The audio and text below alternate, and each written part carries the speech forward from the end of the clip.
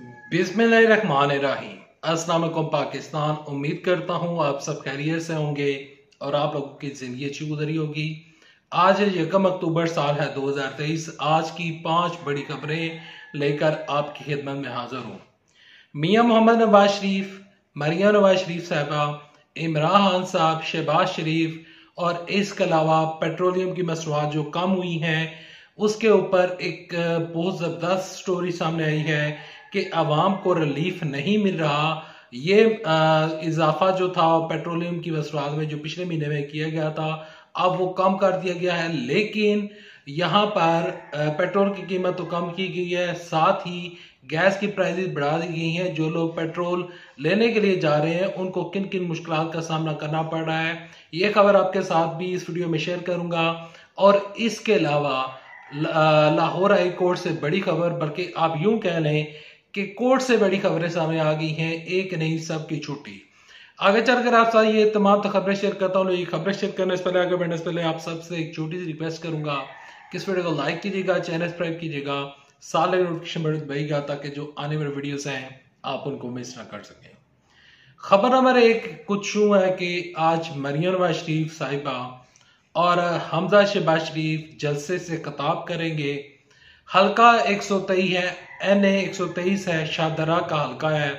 इसमें मरियम नवाज शरीफ साहबा और हमजा शहबाज शरीफ साहब जो हैं वो जलसे से खिताब करेंगे। और आज एक बड़ा जलसा किया जाएगा। नून लीग ये क्लेम कर रही है, लेकिन साथ में ये क्लेम भी कर रही है और साथ में ये भी कह रही है कि ये एक वर्कर कन्वेंशन होगा।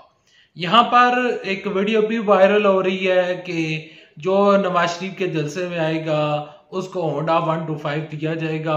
और होंडा 125 आपको मिल सकता है कि अगर कोई बंदा भी नवाज शरीफ के जलसे में ज्यादा बंदे ले आता है तो उसको होंडा 125 मिल जाएगा। अब ये जो खबरें सामने आ रही हैं, यहाँ पर एक तरफ तो नून लीग वाले कह रहे हैं कि वो बहुत बड़ा जलसा करेंगे, साथ में ही इस जलसे को वर्कर कन्वेंशन का नाम दिया जा रहा है। यानी कि ये जब जलसा नाकाम होगा तो कहा जाएगा कि ये जलसा नहीं था बल्कि एक वर्कर कन्वेंशन होगा। नून लीग के जलसे में ज्यादा बंदे एक्सपेक्टेड नहीं है और ये जो जलसा है, मुझे जलसा शुरू होने से पहले ही खबरें हैं कि यह जलसा नाकाम होगा, क्योंकि मरियम नवाज शरीफ साहबा जब भी जलसा करती हैं तो इनके जलसे में लोग कम आते हैं। नवाज शरीफ के जलसे में फिर लोग निकल आते हैं, लेकिन मरियम नवाज शरीफ साहबा के जलसे में हमेशा तादाद बहुत थोड़ी होती है।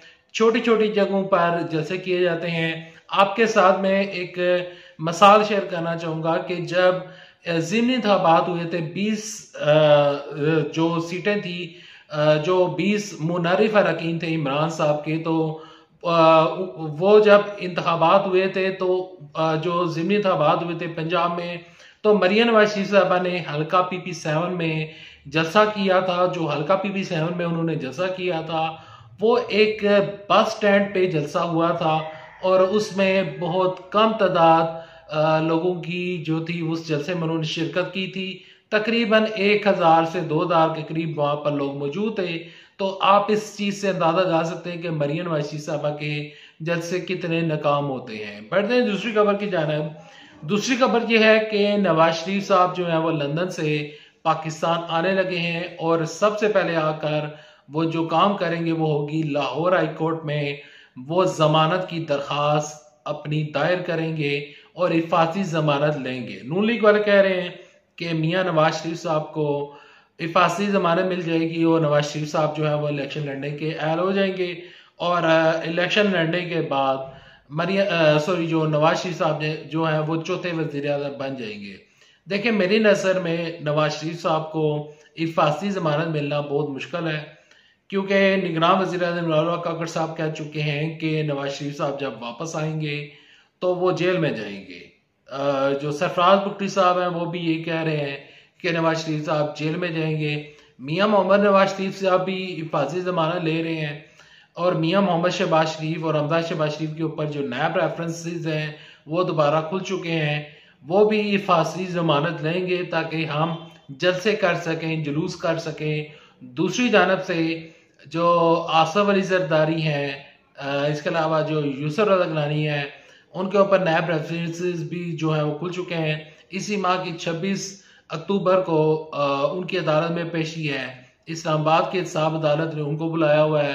राजा परवेज साहब जो है वो पहले ही अदालत में पेश हो चुके हैं। शर्जील इनाम अमन के ऊपर केसेस खुल चुके हैं। मुस्तफ़ा कमाल के ऊपर भी केसेस खुल चुके हैं। साबका वजीर खजाना जो है इमरान साहब के वजीर खजाना जो थे उनके ऊपर भी केसेस खुल चुके हैं। डॉक्टर अब्दुल हफीज शेख के ऊपर उनके भी ऊपर केसेस खुल चुके हैं। यानी कि तमाम तर मामला जो हैं वो अब अदालतों की तरफ जा रहे हैं और अदालतें ही इस चीज का फैसला सुनाएगी। मेरी नजर में एक नहीं सब की छुट्टी होने जा रही है। एक नहीं सभी जाने लगे हैं जेलों में और मुकम्मल सफाया होता हुआ मुझे नजर आ रहे हैं नजर आ रहे हैं। यहाँ पर जो इमरान खान साहब हैं वो तो पहले ही जेल में हैं, वो पहले ही जेल काट रहे हैं। कल खबर आई थी कि साइफर केस में इमरान साहब का जो चालान है वो जमा करवा दिया गया है और साइफर केस में इमरान खान साहब और जो शाह महमूद कुरैशी साहब जो हैं उनको कसूरवार ठहराया गया है। असद उमर को कसूरवार नहीं ठहराया गया। असद उमर का नाम दूर दूर तक जो चालान जमा करवाया गया है उसमें शामिल नहीं है। अब ये मामला भी हो सकता है सुप्रीम कोर्ट में भी जाए और एक खबर भी इस टाइम वायरल हो रही है कि चीफ जस्टिस काजी फाइज ईसा साहब ने एक दी थी एक जजमेंट दी थी, एक फैसला दिया था कि जो बंदा अगर किसी के खिलाफ कोई वादा माव गवाह पेश होता है अदालत में या किसी भी जगह पर जेआईटी के सामने पेश होता है, कोई अपनी एक स्टेटमेंट देता है और वो स्टेटमेंट ऐसी होती है कि वो पूरी होश आवाज में वो अगर स्टेटमेंट देता है तो होता यह है कि उस जगह पर जिस बंदे के खिलाफ स्टेटमेंट दी जा रही हो वो बंदा भी वहां पर मौजूद होना लाजमी है और वो उससे इख्तलाफ कर सकता है। और फिर ये जो स्टेटमेंट है या ये जो गवाही है वो तब तक काबिल कबूल नहीं होगी जब तक उस बंदे के सामने इस तरह की गवाही नहीं दी जाती। यानी कि जो एसआर डार ने गवाही दी थी नवाज शरीफ के खिलाफ तो वो जो गवाही थी अब चीफ जस्टिस काजी फाइज ईसा के उस फैसले के बाद वो गवाही जो है वो उसको इतनी मानी नहीं रखती। अब साइफर केस में जो गवाही है प्रिंसिपल सेक्रेटरी इमरान साहब के जो प्रिंसिपल सेक्रेटरी हैं उनकी जो प्रिंसिपल सेक्रेटरी जो थे आजम खान साहब जो थे उन्होंने जो गवाही दी है वो मैटर करती है या नहीं ये अदालतें डिसाइड करेगी। मैं उस फैसले की रोशनी में बता रहा हूँ कि उस फैसले की रोशनी में क्या चीजें मैटर करती हैं क्या मैटर नहीं करती। इमरान साहब को साइफर केस में कितनी सजा होगी ये आने वाले वक्त डिसाइड करेगा और ये मामला सुप्रीम कोर्ट में जाएगा। सुप्रीम कोर्ट में इस फैसले को चैलेंज किया जाएगा। जैसा कि मैं पहले बता चुका हूँ कि मामला जो हैं वो अब सुप्रीम कोर्ट में ही हल होंगे। आने वाले जो सियासत है 1-2 साल जो है सियासत के वो तमाम तर फैसले सुप्रीम कोर्ट ही डिसाइड करेगी क्योंकि सारों के केसेस हैं। एक भी कोई ऐसा शख्स मौजूद नहीं जिसके ऊपर केस ना हो। इवन के फजलुर रहमान के ऊपर भी केस है। हाँ पता एक शख्स जरूर मौजूद है जिसके ऊपर कोई करप्शन का केस नहीं चल रहा, वो है सिराजुल हक साहब। सिराजुल हक साहब जो है वो बिल्कुल भी उनके ऊपर किसी किस्म के करप्शन केसेस नहीं है।